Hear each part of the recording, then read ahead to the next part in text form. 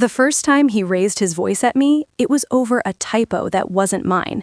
The conference room was all glass and steel, 30 floors above downtown Chicago, the kind of place where even your reflection looks expensive. I was standing near the screen with a remote in my hand while numbers glowed 12 feet tall behind me. "Are you kidding me?" Daniel Archer snapped, not even looking at me yet. "Did anyone actually read this before it went out?" Every head turned. I felt it, that heat, that familiar tightening in my chest. "It was reviewed twice," I said calmly. He turned then, slow, controlled, surgical. "Then explain why the EBITDA margin on slide 14 contradicts the executive summary." His tone wasn't loud. It was worse, precise, the kind of voice that cuts without raising volume. I didn't look at the slide. I didn't need to. "It doesn't," I said evenly. "The summary reflects Q4 adjusted. Slide 14 shows trailing 12 months. Silence. A beat too long. He blinked once, then glanced at the screen, then back at me. "Fix it," he said. "It's not incorrect," I replied. The room went still. No one corrected Daniel Archer in a room full of investors. No one. His jaw flexed slightly. "Clarify it then," he said, shifting tone without admitting anything. "We don't leave room for confusion." I nodded once and stepped forward, adjusting the slide header with 3 clicks. Adjusted EBITDA Q4. Problem solved. But that wasn't the moment that mattered. The moment that mattered was when he looked at me differently, not with respect, with curiosity. Daniel Archer was the CEO of Archer Global Holdings, 47, self-made, media-friendly, ruthless when necessary, admired by half the city, feared by the other half. And I was his executive operations coordinator. That's what my email signature said. That's what everyone believed. They thought I was a detail-oriented overachiever who landed a job slightly above her league. They thought I was grateful. They thought I was replaceable. Daniel, especially. He liked control, structure, hierarchy. He liked knowing exactly where everyone stood. What he didn't like was uncertainty, and I was becoming exactly that. After the meeting, he called me into his office. Floor-to-ceiling windows, dark wood desk, no clutter, everything intentional. He closed the door himself. "You're very confident," he said. "I'm accurate." His mouth twitched slightly at that. "You don't intimidate easily." "No." "That can be useful," he said. "Or dangerous." He didn't say that part out loud. He studied me for a long moment. "You've been here 8 months. Your resume is interesting," he continued. "Is that good?" I asked. "It's vague." I held his gaze. "Is that a problem?"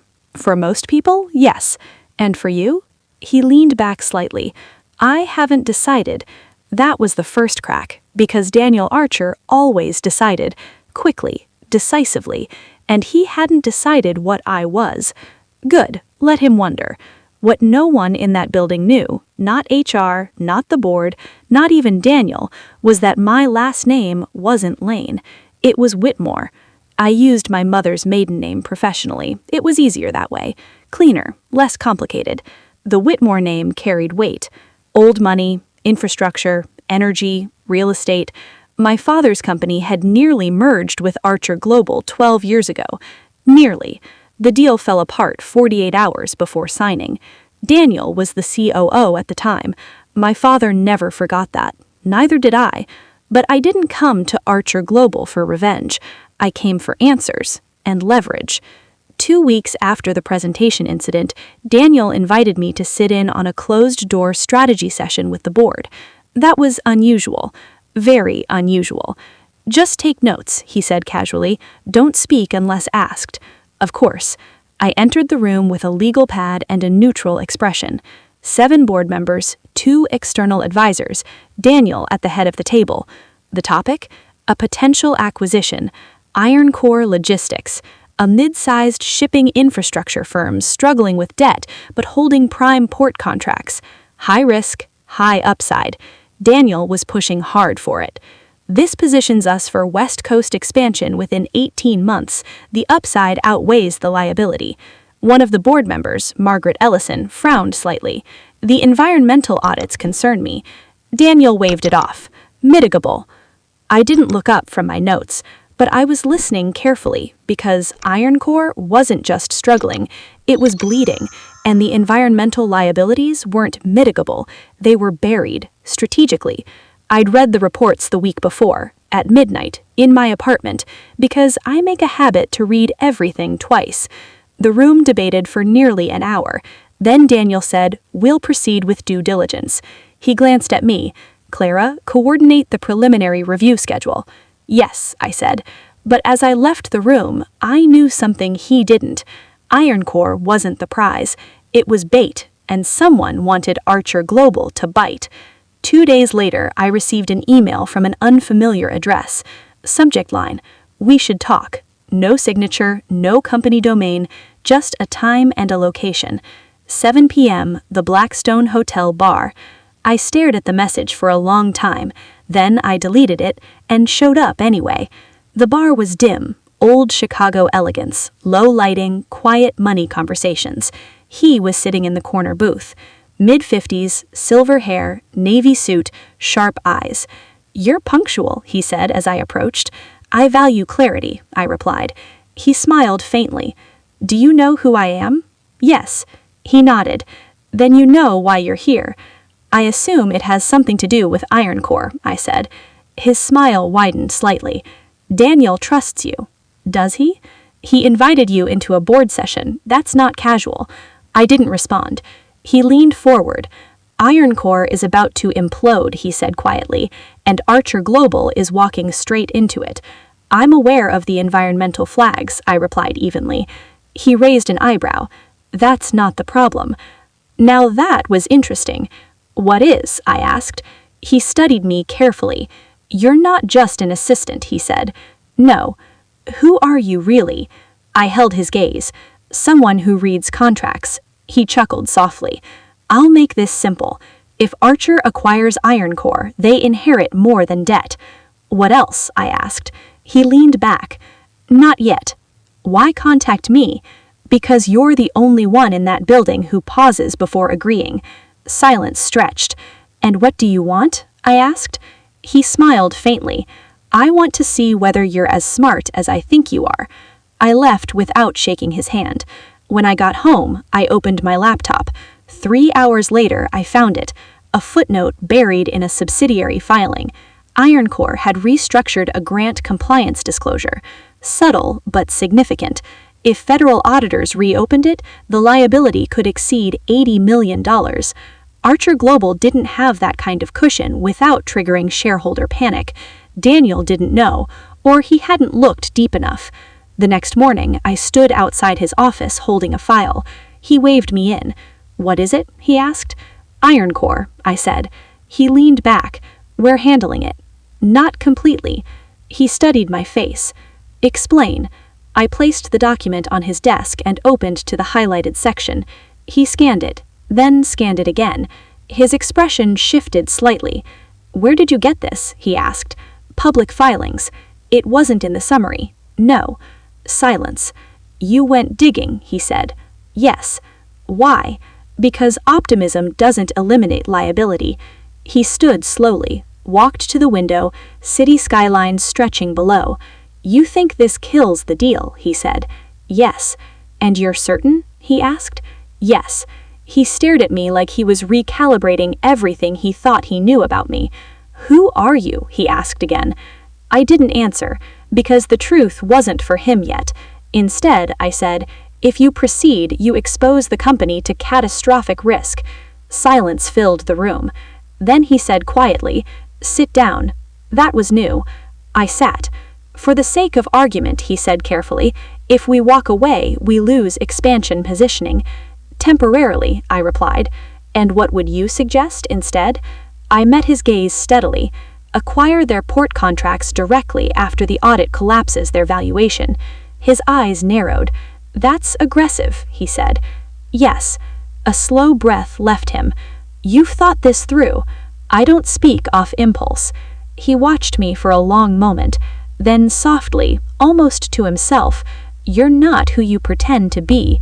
And for the first time, I smiled, because he was finally asking the right question. He just had no idea how complicated the answer was, and neither did anyone else. He didn't Not take his yet. eyes off me. "You're not who you pretend to be," he repeated, quieter this time. I let the silence stretch between us. I'd learned a long time ago that silence makes powerful men uncomfortable. They're used to filling rooms with their own certainty. "I never pretended to be anything," I said evenly. "You assumed." His jaw flexed. "That's not an answer. It's the only one you need right now." For a split second, I thought he might push harder, demand, assert, reclaim control. Instead, he surprised me. He walked back to his desk, picked up the Iron Core file, and said, "If this is accurate, we pause negotiations immediately." "It's accurate," I replied. "You're very sure of yourself?" "Yes."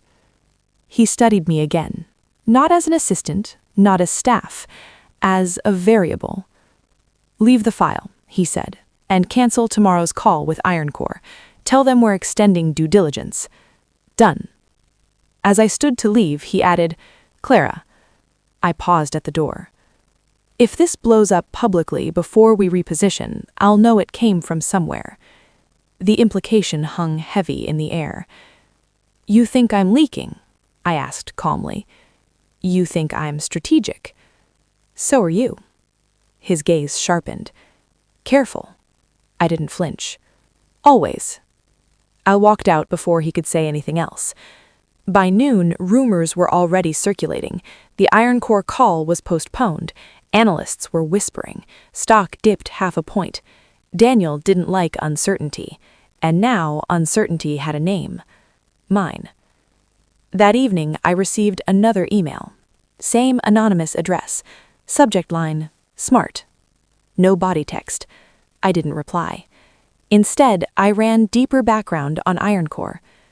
One name stood out. Victor Salazar, private equity heavyweight, aggressive acquisitions, known for offloading liability before collapse. And 12 years ago, he had been involved in the failed Whitmore-Archer merger. My pulse slowed. Not quickened. Slowed. Patterns. Always look for patterns. The failed merger had nearly cost my father's company a major infrastructure contract. Daniel had been COO then. Victor had advised the opposing side. And now Iron Core, quietly connected to Victor, was positioned as bait for Archer Global. This wasn't random. It was chess. And Daniel had no idea he was already several moves behind. The next morning, he called an emergency executive session. I stood near the back of the room as he addressed the senior leadership team. "We are pausing Iron Core negotiations, pending extended compliance review," he said firmly. CFO frowned. "That's going to spook them." "It's supposed to," Daniel replied. I watched carefully. He didn't mention the federal grant exposure. He didn't mention the footnote. He protected the company, but he also protected his pride. After the meeting, he motioned for me to stay. When the room cleared, he shut the door. "You knew about Victor Salazar," he said. Not a question, a statement.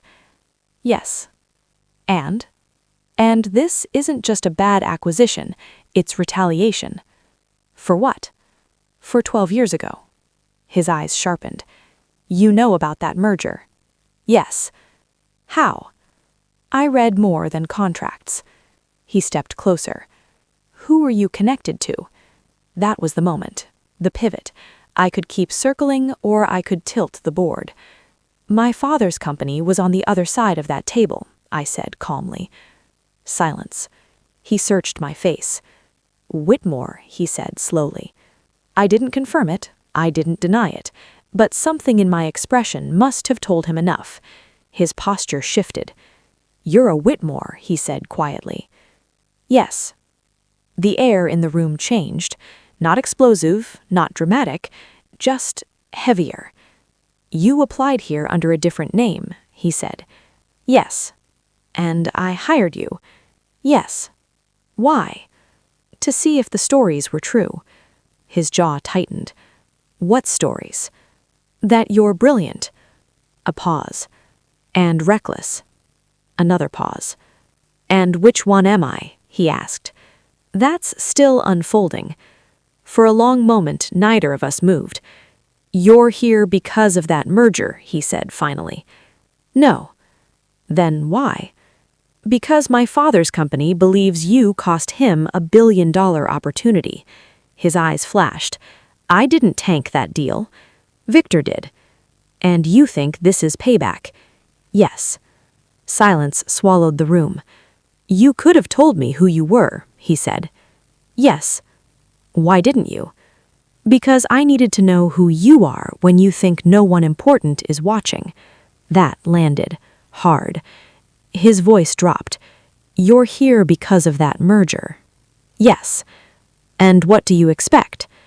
That you recognize the obvious trap. His jaw tightened. You've been evaluating me for 8 months. Yes. And reporting back? No. That was true. My father knew where I worked. He didn't know what I was finding. Daniel studied me like he was recalculating the entire equation. You understand the position this puts me in? Yes. If this gets out, it won't. You can't guarantee that. I can, I said quietly. He watched me, measuring, weighing, trust versus threat. And Victor? He asked. He expects you to proceed with Iron Core. When you don't, he'll escalate. How? Market rumors, pressure, manufactured urgency. And you?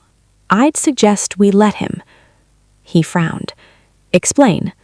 Let him drive down Iron Core's valuation publicly, let the audit surface, then acquire the assets clean, without the liability. A slow silence. That's cold, he murmured. It's business. His lips twitched faintly. You really are a Whitmore. For the first time, there was something almost like admiration in his voice. Almost. My phone buzzed in my pocket. Unknown number. I ignored it. Daniel didn't miss that.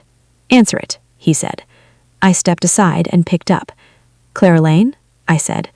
A low voice responded. You've complicated things. Victor Salazar. I prefer clarity. You warned him. I corrected him. A faint chuckle on the other end. You think you're protecting Archer. I know I am. You're playing a dangerous game. So are you. Silence.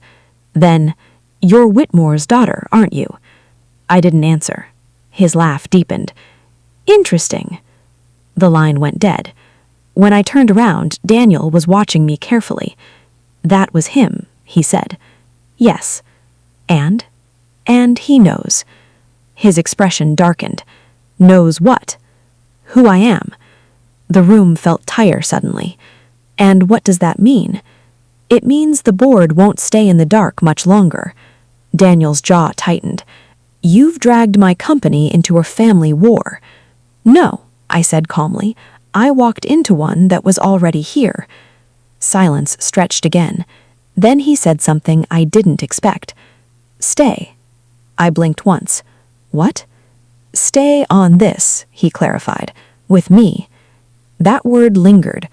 With. Not under. Not beneath. With. You're asking for my help, I said quietly. I'm recognizing your value. That was the closest thing to humility I'd heard from him, and it changed something. Not the power dynamic, but the alignment. You understand what happens if this goes public. Yes. The board will question my judgment. They already do, I replied evenly. A faint huff of laughter escaped him. You're relentless. I'm precise. He extended his hand, not as a boss, as a partner in strategy. I looked at it, then shook it. For now. But here's the part no one else knew. Not Daniel, not Victor, not even my father. There was another layer to this, another reason I chose Archer Global, another variable in play. Because 12 years ago, when that merger collapsed, someone inside Whitmore Industries had leaked information to Victor, and I'd recently found evidence that the leak hadn't come from Daniel's side. It had come from mine, from someone still sitting at my father's table. And if Victor was circling Archer again, it wasn't just about revenge, it was about covering tracks. which meant this wasn't just corporate strategy anymore. It was exposure, and I was standing in the middle of it. Daniel thought he was asking for my help to outmaneuver a rival. Victor thought he was testing my loyalty. My father thought I was gathering intel. None of them understood the full board. Not yet. Because the next move wasn't about Iron Core. It was about uncovering who betrayed my family 12 years ago. And I had a feeling, when that truth surfaced, no one in either company would be ready for it. Not even Daniel Archer. Especially not him. The silence in that conference room didn't feel like silence. It felt like pressure, the kind that builds in your ears before something explodes. No one moved. Not the investors, not the legal team, not even Mark. He just stared at me. "You're joking," he said finally, a sharp laugh escaping him. "This is some kind of stunt." I didn't blink. I didn't need to. "No," I said calmly, "it's due diligence." The lead investor, Daniel, looked between us. "Wait," he said slowly. "You're telling me she—" "Yes," I cut in, keeping my voice even. "I'm the majority shareholder of the holding company backing this acquisition." You could actually hear someone inhale sharply behind me. Mark's face drained of color. "That's impossible. You're my assistant." "Executive operations," I corrected softly. He shook his head. "You manage my calendar." "I manage your risk exposure," I replied. Daniel leaned back in his chair, studying me differently now. "How much equity?" 51% controlling interest. The room shifted. Not loudly, not dramatically, just enough. And that's when it happened, that flicker in Mark's eyes. Fear. He replayed every meeting in his head, every time he dismissed me, interrupted me, corrected me in front of others. Every time he'd said, "That's above your pay grade, Emily." He didn't know my pay grade. No one did. The truth was never meant to be dramatic. I hadn't joined the company to expose anyone. I hadn't planned some theatrical reveal. I'd come because I needed to know who he was when he thought no one important was watching. And for 18 months, he showed me. The way he talked to interns, the way he bulldozed quiet voices in meetings, the way he took credit, smoothly, effortlessly, for ideas he barely listened to. Ideas I'd planted carefully, not to trap him, to test him. The first time I suggested restructuring our Midwest portfolio, he waved me off. Cute thought. Stick to logistics. 3 weeks later, he pitched the exact strategy to the board. I smiled and typed his speech draft. Tonight, though, there was no script. Daniel cleared his throat. "Why," he asked carefully, "did you conceal something like that?" I folded my hands in front of me. "Because performance without power reveals character." Mark scoffed. "You're playing games." "No," I said quietly. I was watching. The legal advisor beside Daniel flipped through her tablet rapidly. Her expression shifted from confusion to confirmation. "It's legitimate. The trust structure is airtight." Mark's voice dropped. "Trust?" I looked at him fully then. My father built the original capital fund behind this acquisition. There it was, the real shift. People suddenly remembered headlines, articles from years ago, a last name that rarely appeared publicly anymore. I never used it here. I chose my mother's maiden name when I applied. Not to hide, to be invisible. Mark swallowed hard. "You're Richard Hale's daughter?" I didn't answer directly. "I'm the one signing off on whether you remain CEO after this deal closes." The temperature in the room changed, not because of anger, because of recalculation. Daniel's voice softened. "This wasn't disclosed to the board. It didn't need to be. Operational oversight doesn't require identity disclosure unless there's conflict. There wasn't." Mark stood up abruptly. His chair scraped the floor. "This is unethical." I tilted my head slightly. "Is it?" "You deceived me." I almost laughed. "You hired me." Silence again. He opened his mouth, closed it. He couldn't argue that. He'd interviewed me. He'd approved my salary. He'd told HR, she's competent, quiet, won't cause friction. Won't cause friction. Daniel rubbed his chin thoughtfully. So what now? I exhaled slowly. Now, that was the question, wasn't it? Because this was never about humiliation. It was about decision. I looked at Mark, really looked at him. I gave you 18 months, I said softly. 18 months to build something worthy of expansion. And I did, he shot back defensively. Revenue's up. At the cost of retention, at the cost of culture, at the cost of credibility with two of your largest partners. His jaw tightened. He didn't deny it. You bullied a junior analyst into silence last quarter. She resigned. She now works for our competitor. His eyes flickered. You don't remember her name, I added quietly. That one landed. Because he didn't. Daniel shifted uncomfortably. Mark, is that accurate?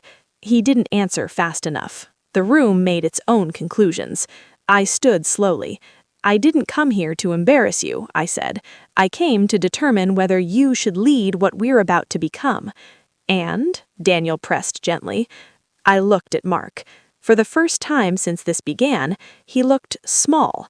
Not physically, just stripped. Leadership isn't about being the loudest person in the room, I said softly. It's about knowing who's in it. He looked away, and that was my answer. I'll remain interim executive director through the transition, I announced. A permanent CEO decision will follow. The words felt steady, final. Mark's voice cracked slightly. You can't just... I already did.